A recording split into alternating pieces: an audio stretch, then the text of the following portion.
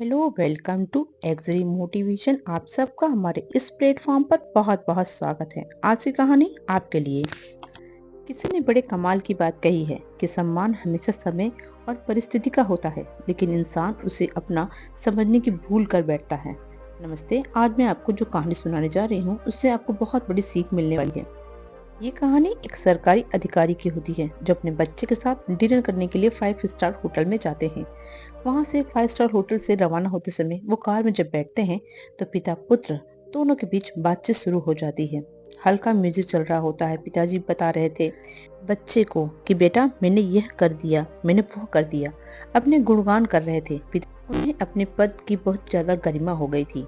वो अपने पद के बखान करते हुए अपने पुत्र से अपने बारे में बड़ी ऊंची ऊंची बात कर रहे थे। तभी एक पुलिस अधिकारी ने उनकी गाड़ी रोक दी। अब सरकारी अधिकारी को गुस्सा आ गया कि भैया मेरी गाड़ी रोक ली। एक हवलदार ने आकर बोला कि हाँ जी साहब, दिखाओ अपना ड्राइविंग लाइसेंस। ये सुनते ही पिताजी तो गुस्सा आ गए और कहने लगे तू मेरा ड्राइविंग लाइसेंस मांगेगा? तू जानता नहीं कि मैं कौन हूँ? अपने बारे में बड़ी बड़ी बातें करने लगी कि मैं हूँ फला ढमका, ये सब कहने लगी। हवलदार ने कहा साहब आप होंगे अपनी जगह पर, लेकिन मुझे तो ड्राइविंग लाइसेंस बताओ, आप आपका चालान होगा। तो उन्होंने कहा कि किस बात का चालान भाई? हवलदार ने कहा साहब आपने सीट बेल्ट नहीं लगाई और ना ही बच्चे को भी लगाया है। खुद तो गलत कर ही रहे हो, बच्चों से भी करवा रहे हो। छोटा बच्चा ये सब देख रहा था, चुपचाप सब ऑब्जर्व कर रहा था कि पापा क्या करते हैं। पिताजी ने रोब में आकर बोला तुझे पता नहीं है, ये अधिकारी वो अधिकारी, मैं सब अधिकारी को जानता हूँ। तेरे जैसे को तो मैं कितनी बार ट्रांसफर करता हूँ, बैठे बैठे भी एक साइन मारूंगा और तेरा ट्रांसफर हो जाएगा। हवलदार ने कहा अच्छा साहब ठीक है, मैं आपका चालान नहीं करता, लेकिन अभी आपको सीट बेल्ट लगानी पड़ेगी, बच्चे को भी लगवानी पड़ेगी।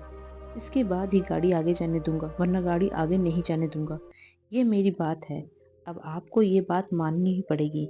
इन साहब को भी लगा, सरकारी अधिकारी को, ठीक है। उसने भी कहा बात आगे नहीं बढ़ाते हैं, चुपचाप। उन्होंने बेल्ट लगाई और बच्चे से बोला कि बेल्ट लगा लो, और आगे गाड़ी बढ़ गई।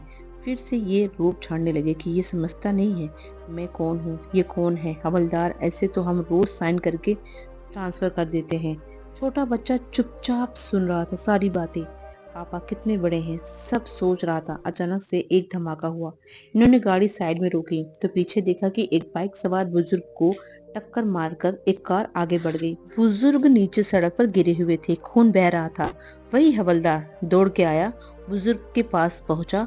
उसने उस बुजुर्ग को साइड में लिया और आवाज दे रहे थे कि अरे साहब, बड़े साहब, सचिवालय वाले, सुनो, मदद करो, मेरे पास बाइक नहीं है, इन हॉस्पिटल ले जाना है, आपकी कार में लेकर चलते हैं ना। बच्चा सब कुछ देख रहा था। पिताजी थे। उन्होंने कहा अरे मुझे घर पर काम है, इमरजेंसी है, माताजी बीमार है, करके वे निकल गए वहां से चुपचाप। इमरजेंसी का नाटक करके छोटा बच्चा देख रहा था कि पापा ने हेल्प नहीं की। रास्ते में फिर से वो वही बड़ी बड़ी बातें करते हुए घर पहुंच गए।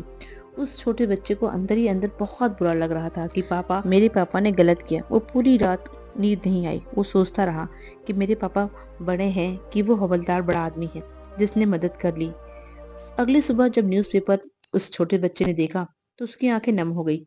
अखबार में बड़ी सी फोटो जो छपी हुई थी हवलदार की, और लिखा हुआ था एक हवलदार अपने कंधों पर बुजुर्ग को लेकर हॉस्पिटल पहुंचाया जो कि 700 मीटर दूर था, और टाइम पर उन्हें भर्ती करवाया, उनकी जान बचाई। शाबाश हवलदार साहब, ऐसा लिखा हुआ था। वो छोटा बच्चा अखबार पढ़ते पढ़ते रोने लगा और सोचने लगा कि मेरे पिताजी इतने बड़े पद पर हैं, इतने बड़े अधिकारी हैं, हमारे पास कार है, हवलदार के पास तो बाइक भी नहीं थी, फिर भी उसने मदद की। पापा इतने बड़े होकर भी कुछ भी नहीं कर पाए। उस बच्चे ने कुछ बोला नहीं, वो बस अखबार ले जाकर पिताजी को दे दिया और बोला पापा पढ़ लेना, आपके काम की खबर छपी हुई है।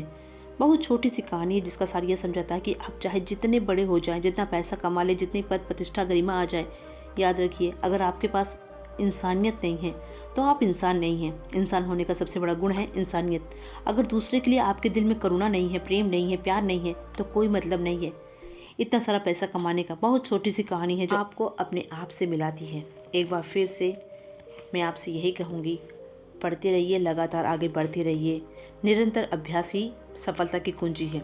चलिए मिलते हैं अगली कहानी के साथ, तब तक के नमस्कार।